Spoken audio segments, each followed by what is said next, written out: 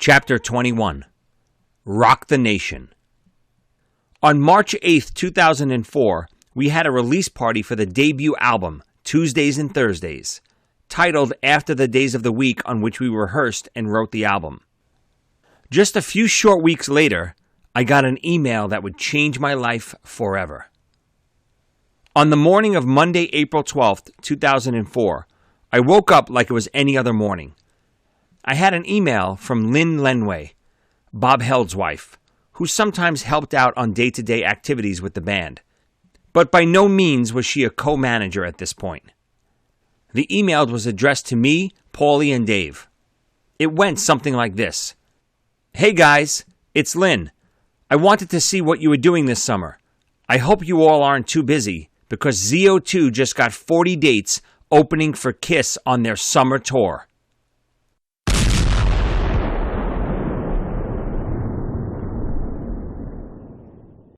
I had to read it a few times to even grasp the concept of what it said.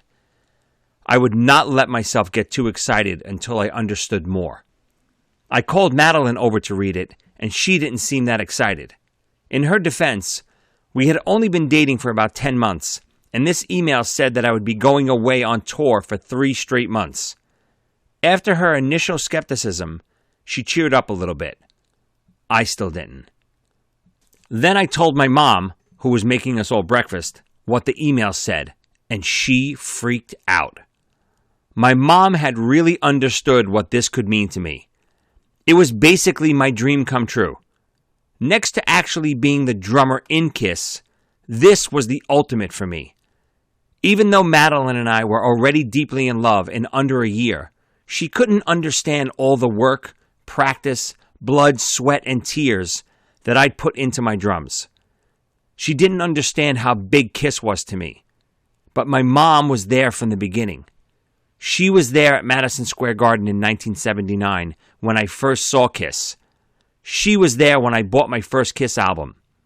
And she was there through all the months and years of me practicing my drums to KISS albums. She was the one who gave up her bedroom after we lost our first house so I could have a place to practice and someday fulfill my dreams. That day had finally come. Even though I stopped myself from 100% celebrating yet, I saw tears well up in my mother's eyes. The sight of her with tears of joy and pride for her baby boy made me happier than the actual news of getting the KISS tour. I'd always known that family was the most important thing, but that day reassured me that without family and someone to share your dreams with, your dreams would be empty. I called Bob right away to confirm that this email wasn't some kind of sick, twisted joke. He immediately confirmed and told me how such a thing had transpired. Apparently, after we finished our album, Bob had sent Paul Stanley a copy to not only listen to, but to also put it in his head that if KISS ever needed anyone for a one-off gig, to give ZO2 a call, and they wouldn't disappoint. KISS was already scheduled to kick off their summer 2004 Rock the Nation tour with Poison as the opening act. A few different rumors also had former Motley Crue bassist Nikki Sixx's band, Brides of Destruction, as the third band on the bill. Something happened that either caused Brides to be fired, or they pulled out of the tour last minute at the beginning of April. Rumors were going around that it was because Nikki Sixx refused to tour in the opening slot in front of Poison. Others say it was because KISS fired them due to drug use. It didn't really matter. All that mattered was KISS had a last-minute opening slot on their upcoming tour, and Paul Stanley gave our manager a call and asked him if ZO2 wanted it. It was absolutely amazing to consider the different set of circumstances that had led to this exact event. All the hard work throughout the years burned me out at one point during the Valentine Smith years. Then, I decided to enjoy playing my drums again, which led me to KISS Nation, which ultimately led me to ZO2, and straight back to KISS. It's funny how everything always came back to KISS. Even the disaster with Seven Wiser turned out to be a blessing in disguise. If Sandy wasn't such a douchebag, I probably would have stayed with them and then possibly missed out on this Kiss tour. I never give Paulie and Dave enough credit. They had a vision to make a full-length album and finance it themselves. They were set on not waiting for things to come to them and doing it ourselves. I was absolutely against it at the time. The circumstances that led ZO2 to make that album now had brought us to this moment, the Kiss Tour. Without that album, and without Bob getting it to Paul Stanley, none of this would be happening. I always give credit where credit is due. Paulie and Dave deserve a lot of credit for funding that whole album, which wound up costing upwards of $30,000. And I also give major credit to Bob Held. His contacts and him pushing us to do a full-length album got us this Kiss tour. Now, it was time to make the most of it. The Rock the Nation tour was set to begin on June 10th, 2004, which gave us less than 2 months to figure out how the hell we were going to pull off this monumental task. Believe it or not, Paulie and I were still gigging with Kiss Nation during this time, but we knew once we got the Kiss tour, we couldn't do it anymore. We broke the news to Carlos and Ruby and finished up the last few shows we had already scheduled. It was bittersweet. It was amazing knowing that ZO2 was going to the next level and going on tour with Kiss. But in a strange way, I was going to miss my time in Kiss Nation. The only small disappointment was that the tour wouldn't include original Kiss members, Ace Frehley, and especially for me, Peter Criss. They had both recently been replaced by Tommy Thayer and Eric Singer. I was still thrilled beyond belief, but having my idol Peter Criss on that tour would have really been the cherry on the top. It was unheard of for an unsigned band like ZO2 to be on tour with a major act like Kiss. We had no label behind us for tour support money, and we had never done a major tour before. We didn't know all of the logistics that went into it, but we were soon to get a crash course. Once the tour was confirmed, Bob's wife, Lynn, came on board officially as a co-manager. This was totally okay with us. Lynn had worked in the record industry for years and even spent a few years working directly for Kiss. She would be the person to start spearheading all of the things that needed to get done before the tour started. The first thing we had to figure out was transportation. Luckily, Kiss's road crew was going to be transporting all of our gear from show to show. That was one major obstacle out of the way. Now we just had to figure out how the band, Bob, a tech, and the Z's little brother Brian, who was coming along to film and document the entire tour, were going to travel across country for the next 3.5 months. We knew right away that a tour bus was completely out of the question due to financial reasons. I started to research what an RV would cost to rent for the summer. It turned out that because traveling across country was what an RV was intended for, in the long run, it would actually save us money. We would now be able to skimp on many of the hotel rooms we were planning to rent and just sleep in the RV. We were now almost set to hit the road. It would be me, Paulie, Dave, Bob, Brian Z, Paul LaPlaca, and Musk. The next step was to try and find some endorsements for gear and to try to get some kind of a sponsorship for the tour to help us offset some of the costs. The next 2 weeks consisted of making non-stop phone calls.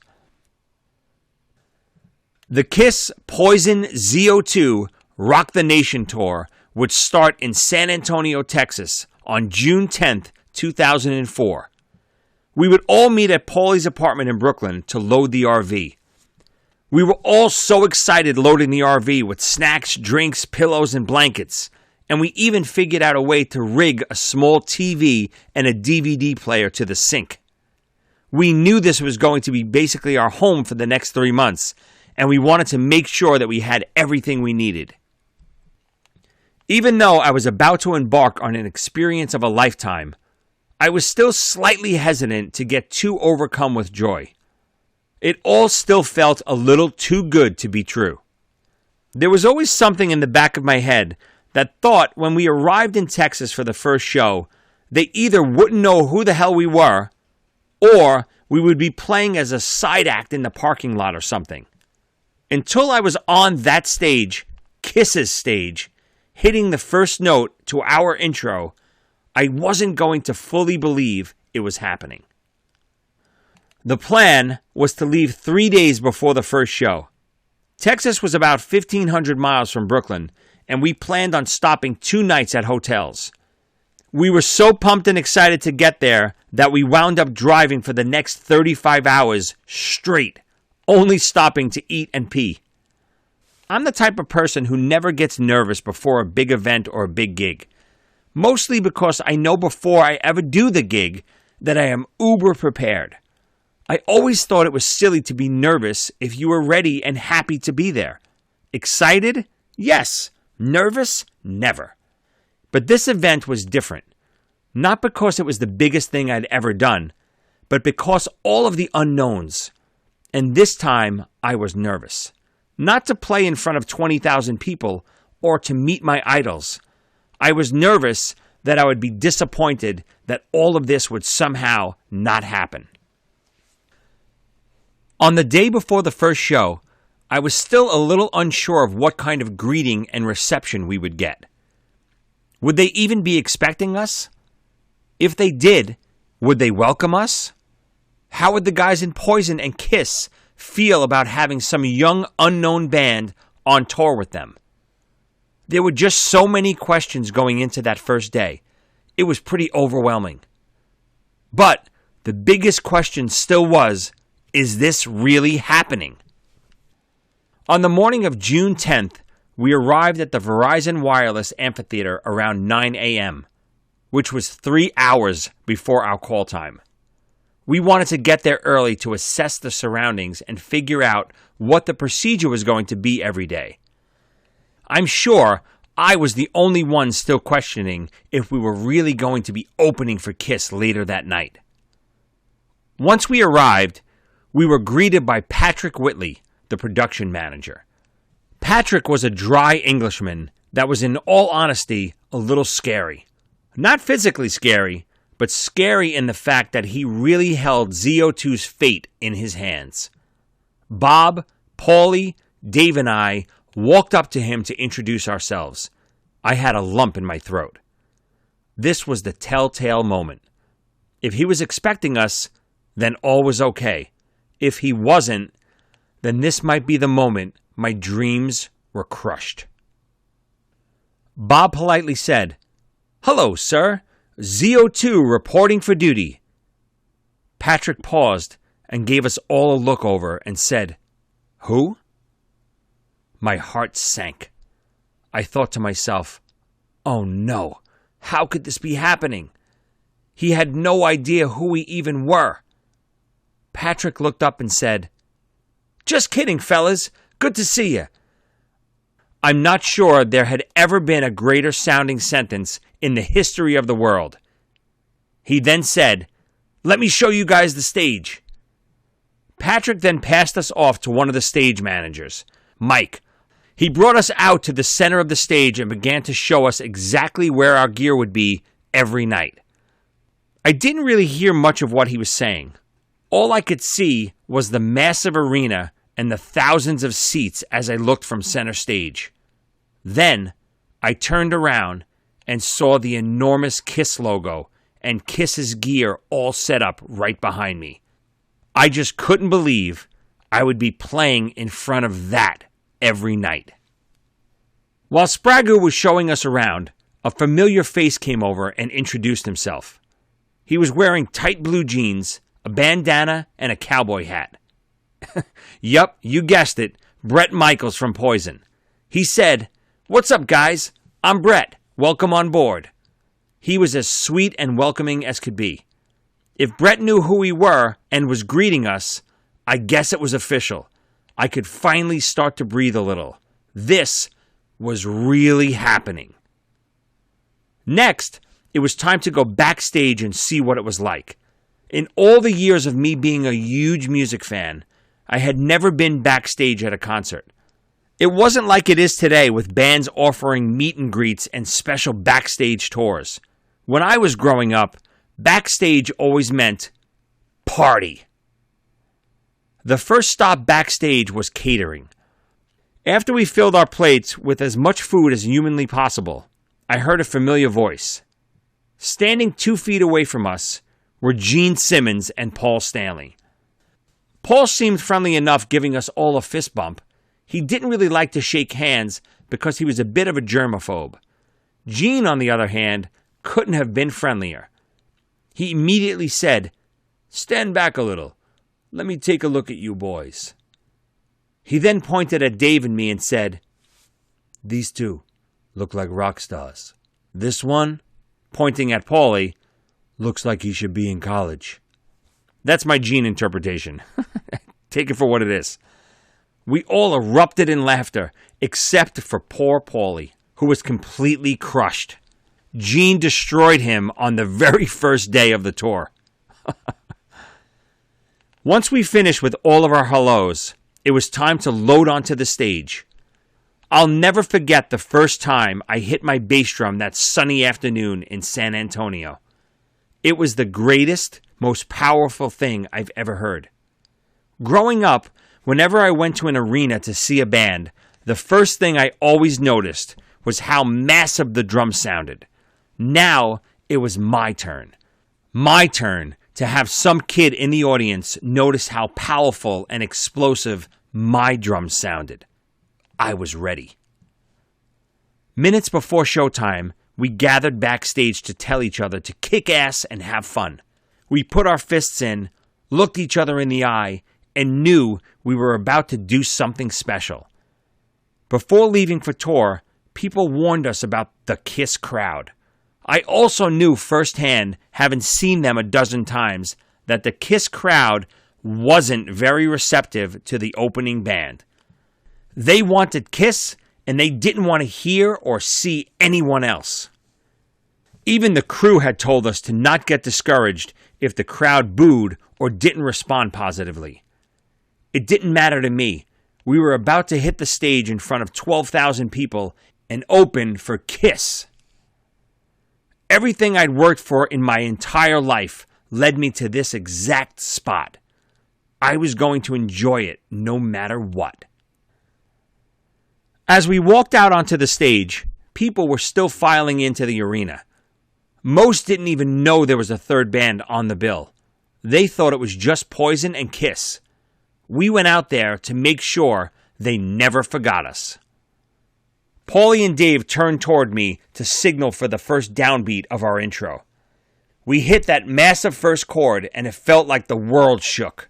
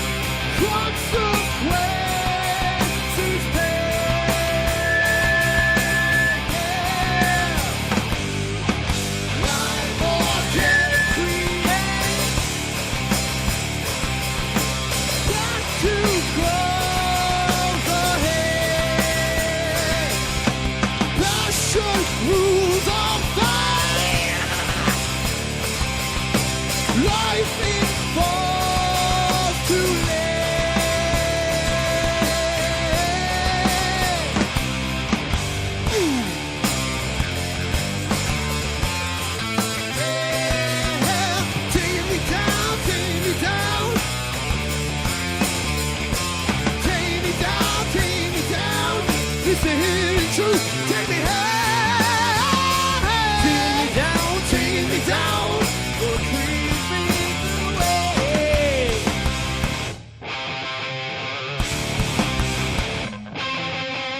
Follow through the dark with the endless dawn. It's my time to part. Long live broken heart.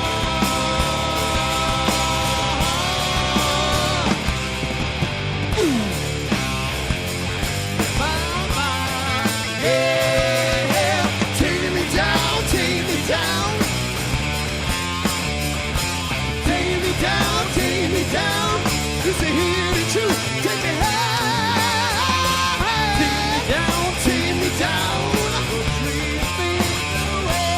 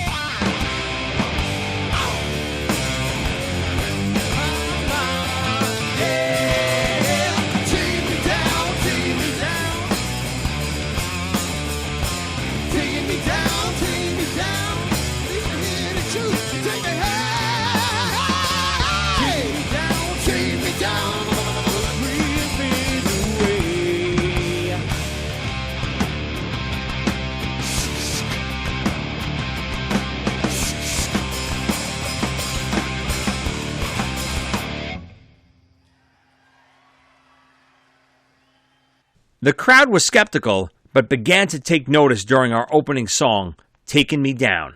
I could see people's heads starting to bop during our second song, Living Now. And by the time we hit our ballad, Dirty Water, I could see the people in the audience focused on the stage and enjoying what they heard. We were quickly approaching our finishing number, Fly on Your Wings, and I didn't want the night to end. It was all going by way too fast. I almost expected to have a frozen moment, but this was the one time that my adrenaline and sheer joy and happiness overwhelmed me so much that I was finding it hard to focus and slow things down. During the rumble of our last song, Paulie began to talk to the audience.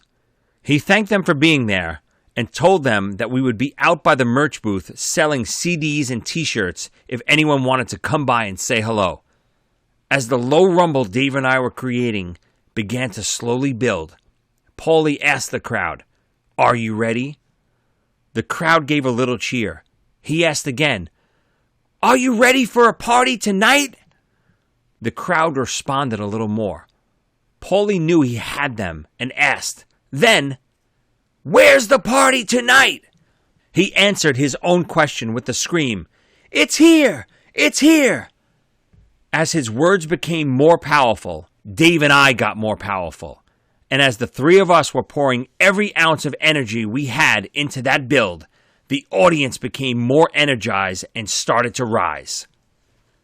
Right at the moment when we finally reached our peak together, the song kicked in and the crowd exploded. For the next 4.5 minutes, the crowd was on their feet and sent us off the stage to a standing ovation and loud roar.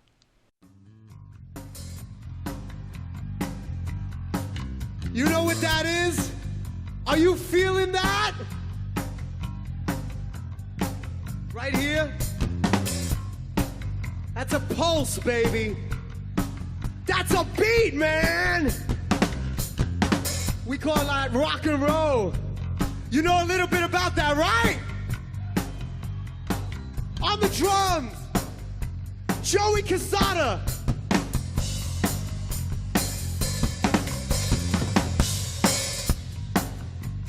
On the bass guitar, and the official sponsor of the ab roller, my brother, David Z.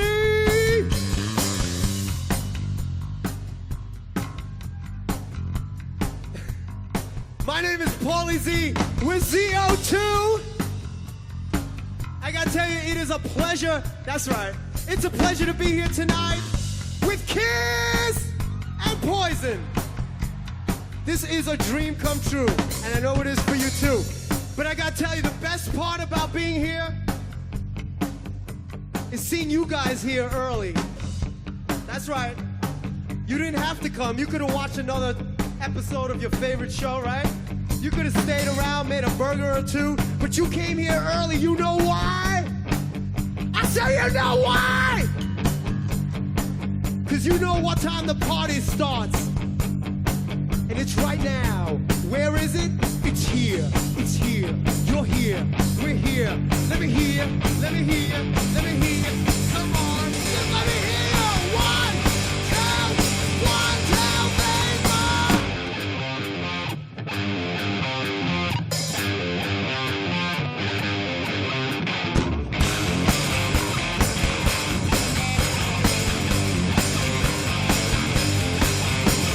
Yeah, you think salvation was your creation. You hold the word in front. Yeah, use your compression for your obsession. And hide behind the oppression. Oh, she drifting. It is unspoken. What was the vow that was broken? Yeah, you want the world to see. You hold the rosary. Closer than it's supposed to be. You're fighting for that thing that's inside that you're hiding behind. You're hiding behind. Your desire will bring you even higher to a moment in time. You don't need to mind. To fly on your wings again. To fly so high. I said high.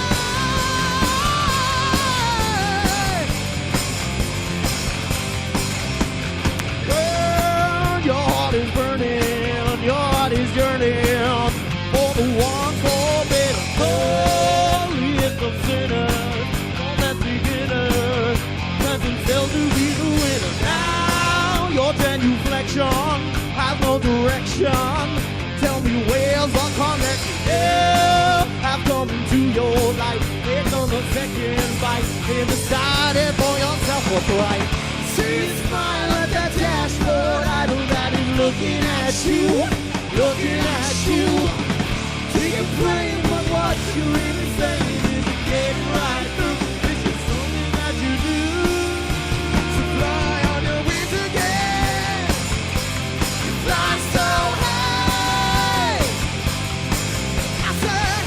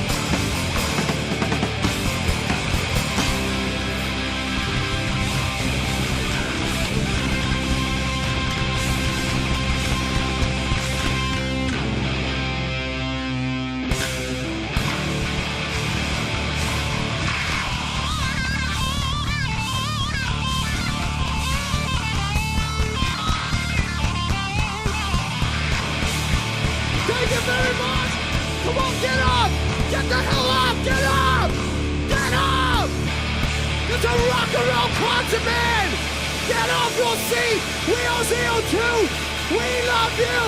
Good night.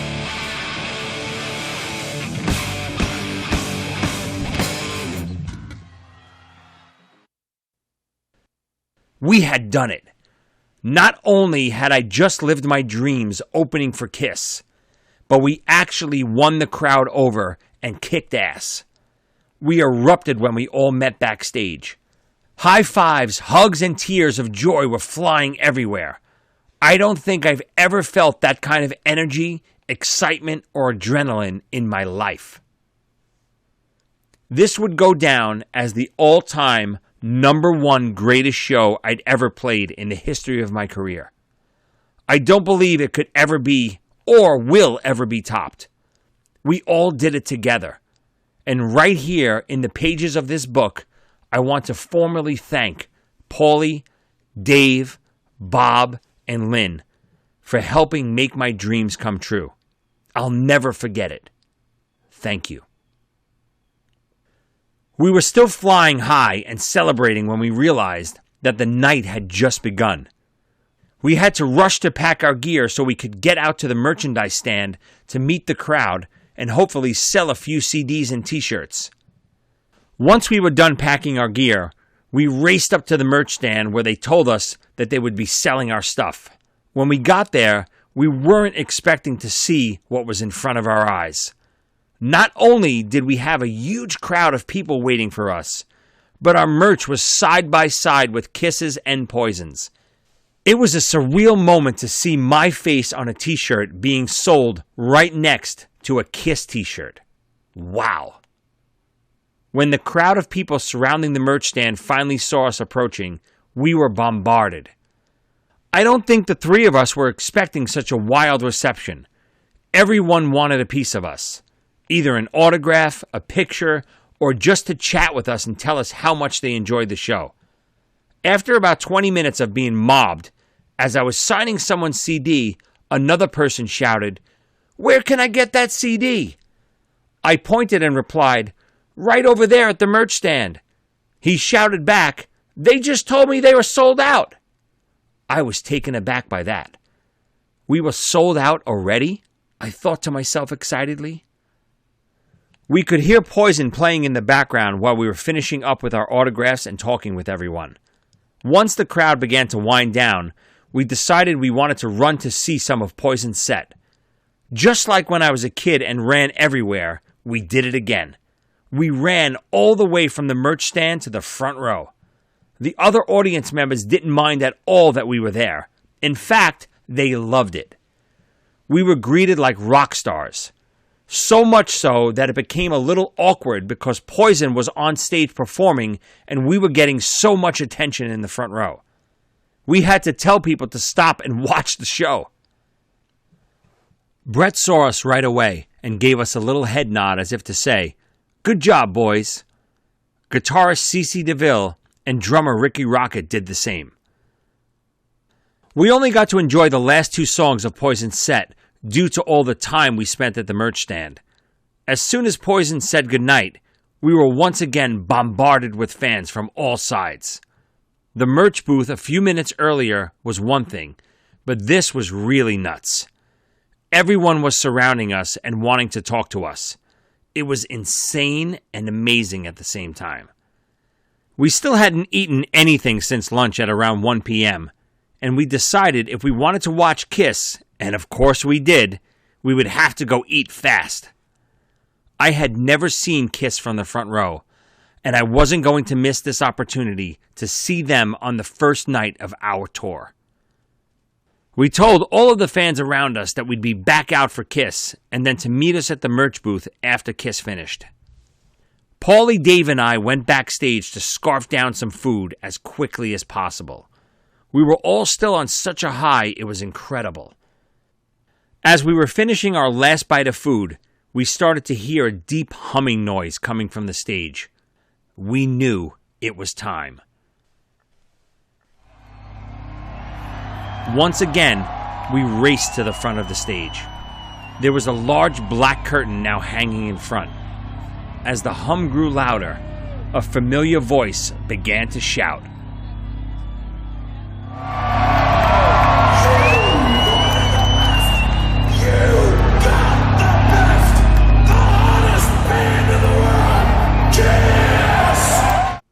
The arena erupted, and so did we. As soon as that curtain dropped, I was no longer Joey, the drummer of ZO2, that had just played the stage in front of me. I was the 5-year-old boy who was eating his hot dog in Madison Square Garden 25 years earlier. Gene immediately acknowledged us in the front row and began pointing at us and doing a little dance. I'm not sure, but I think he was making fun of Dave's stage dance moves. Paul Stanley then pranced his way over and gave us a cool thumbs up, signaling what he thought of our show. Holy shit, I thought. I'm watching Kiss from the front row, and Gene and Paul both personally gestured to us what a great job they thought we did. My 5-year-old self would have fainted. Kiss blasted through an hour and a half of absolute classics. The plan was to watch the show from the front row until the beginning of the last song, which we all knew would be rock and roll all night. Right before they began the last song, we would start heading back towards the sound man so we could beat the crowd to the merch booth when Kiss finally said goodnight.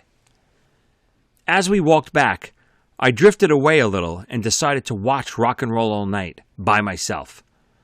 I wanted to breathe for a second and reflect on this incredible day. I drifted away and found myself looking up into the night sky. This is the exact moment that this book began. This was my frozen moment at the greatest show of my life. It was a moment solidified in time, and one that I will never forget. When I finally snapped back into real time, I knew I had to get to the merch stand to see if we could meet with another rush of people on their way out of the arena. The strategy worked perfectly, and we were once again met with a mob of people waiting for us. The first day of the Kiss tour worked out so perfectly that we decided to do this exact routine every night for the whole tour. It was the start of one wild and amazing summer. If possible, the next night in Dallas was even better. Gone were all the doubts about being part of the tour. We arrived in Dallas ready to conquer, not hoping to be accepted. The capacity crowd was even more receptive than the night before. All 11,000 fans were on their feet during our last song, Fly on Your Wings. The first night wasn't a fluke. The Kiss crowd was not only accepting us, they were loving us. We were once again bombarded by fans when we went down to the front row to watch Poison. T-shirts and CDs were sold out before Kiss ever finished playing, and we once again finished the night watching our idols kick ass on stage.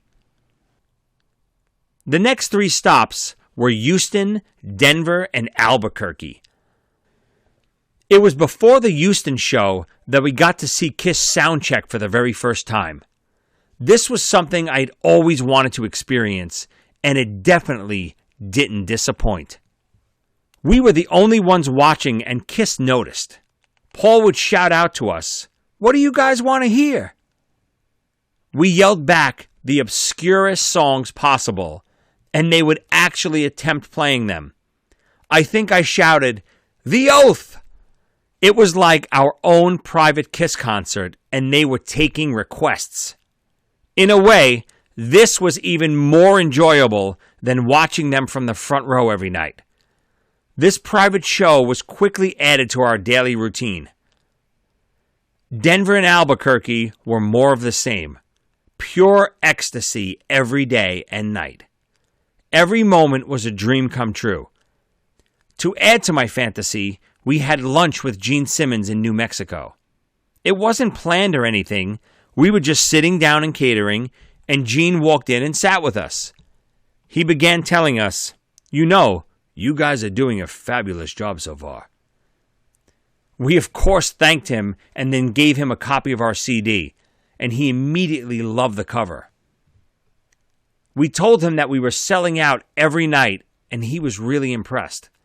He gladly took the CD and began talking to us about the music industry. Gene was extremely smart and very intellectual, but he also had a skewed view on things. It was my first real experience having a long conversation with someone rich and famous, and it was very enlightening.